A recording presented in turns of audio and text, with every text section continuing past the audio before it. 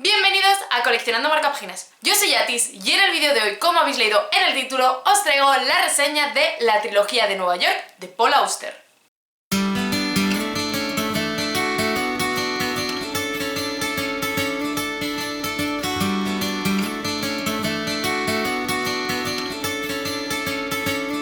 Ya me habéis oído hablar de este libro y muy bien en el vídeo de mejores lecturas de 2018, que si no lo habéis visto os lo dejo por aquí.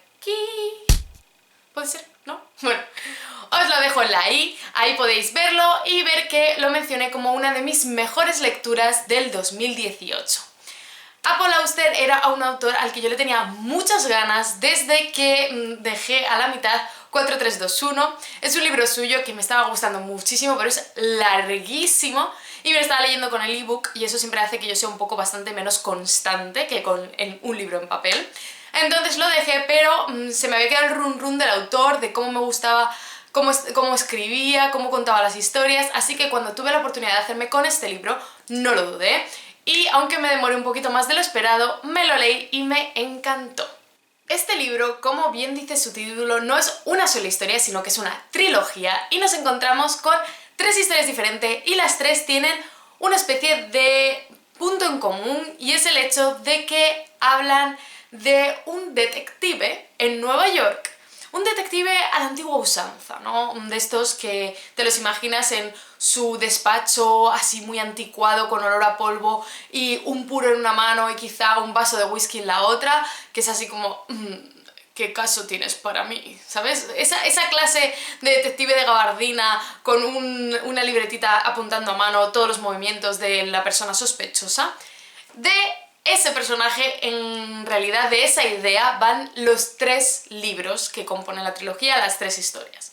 Aunque cada uno está contado de una manera diferente. Y otro punto en común que tienen los 3 es el tratamiento de la locura y el tratamiento de la autopercepción, ¿no? Entonces es súper interesante la identidad, cómo la trata, pero de eso vamos a hablar más adelante. Ahora voy a contaros un poquito de qué va cada uno de ellos. Ciudad de Cristal es el primero de ellos y probablemente mi favorito, me mantuvo completamente atrapada y súper loca leyéndolo. Y trata de un escritor al que llaman pensando que es un detective privado llamado Paul Auster. Pero él no es ese detective, aún así decide acudir a la cita con el empleador para ver, pues, qué me cuentas, ¿no?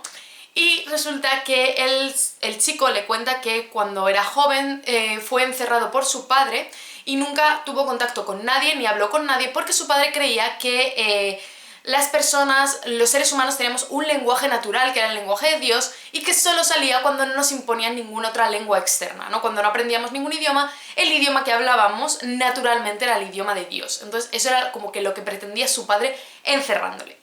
Entonces, después de contarle pues esta dramática historia, Tata le cuenta que su padre va a salir ahora por fin de la cárcel y él teme que vaya a asesinarle, vaya a vengarse de él. Entonces pues le contrata para que siga los pasos de su padre y le informa un poco de... El padre efectivamente sale de la cárcel y este escritor, fingiendo ser el detective Paul Auster, le sigue y se encuentra con un señor, una especie de anciano mendigo que lo único que hace es dar vueltas por Nueva York. Nada más.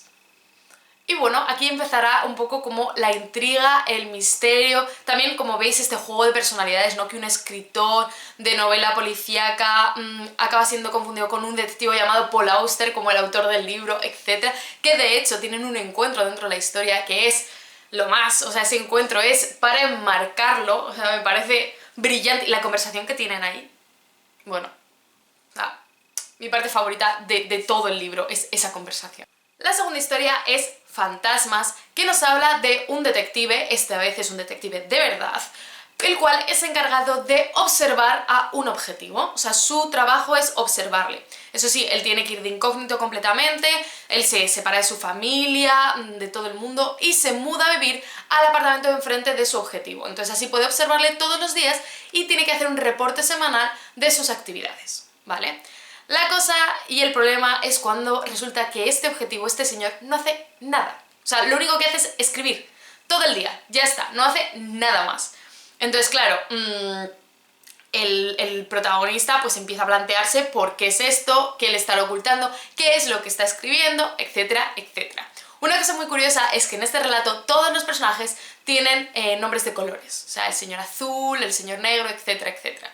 Entonces, bueno, yo creo que es muy interesante, la verdad, este segundo y sobre todo la espiral de pensamientos que va creciendo cuando no tienes nada que observar y tienes que dar un informe. Entonces, muy interesante. El tercero de ellos es La habitación cerrada, una historia que habla sobre un escritor al cual tras desaparecer su mejor amigo de la infancia le encomiendan la labor de publicar sus novelas inéditas, ya que él, el protagonista, es un editor de renombre, en cambio su amigo pues no era conocido, nunca publicó, pero él sabe que su amigo es mucho mejor escritor que él, mucho mejor de lo que nunca fue.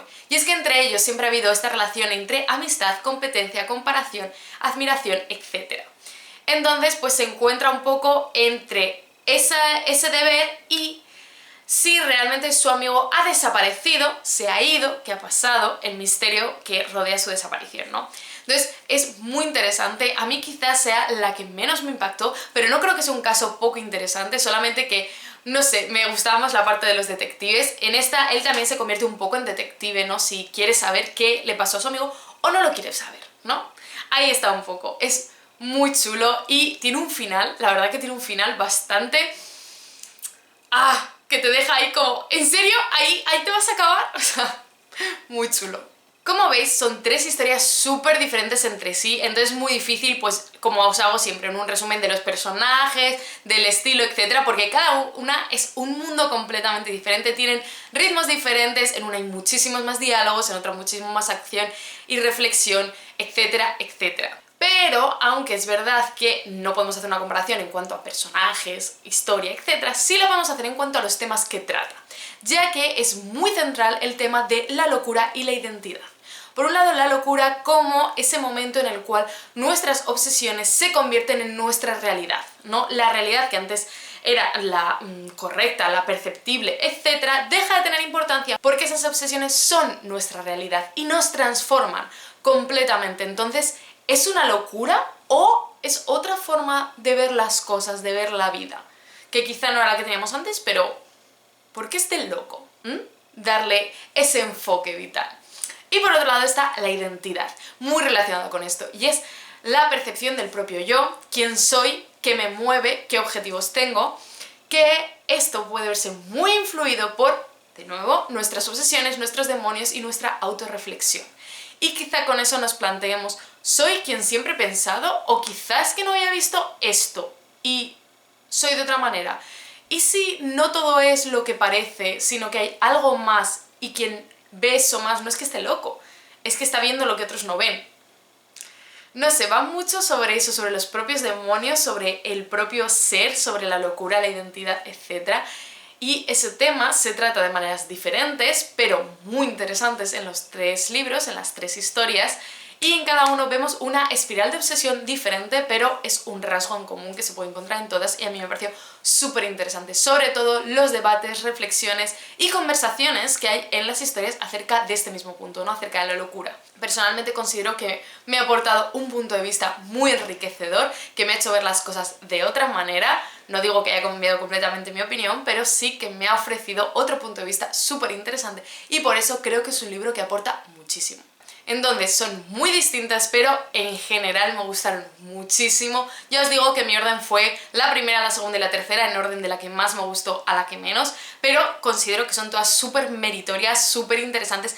Cómo escribe Paul Auster es una delicia, es que es una delicia, se disfruta muchísimo. Entonces, personalmente, yo no puedo más que recomendaros este libro. Tiene 5 estrellas sobre 5, no es nada largo, de verdad, se lee muy bien. Y al ser cada historia bastante cortita, pues es muy llevadero, ¿no? Se lee muy bien, no es como 4321, que es muy largo. Este, de verdad que es asequible. Así que, por favor, dadle una oportunidad y decidme qué os parece, porque la verdad que Paul Auster es un autor que he leído de todo. He leído gente que le gusta muchísimo y gente que no le gusta nada. A mí, por de pronto, me gusta mucho, pero tengo que leer más de él. Pero hasta ahora me ha encantado, la verdad que me ha conquistado completamente. Y hasta aquí el vídeo de hoy. Espero que os haya gustado esta reseña. Ya volvemos con las reseñas al canal, que aunque no sea uno de los vídeos que más gusta ver, a mí es uno de los que más me gusta hacer porque me encanta explayarme contándoos qué me ha parecido cada libro y sobre todo un libro que me ha gustado tanto como este. Como siempre, os leo en los comentarios, ¿habéis leído este libro? ¿Habéis leído a Paul Auster? ¿Qué os parece? Tenéis todas mis redes sociales y el enlace al blog en el rinconcito ordenado y nos vemos en el próximo vídeo.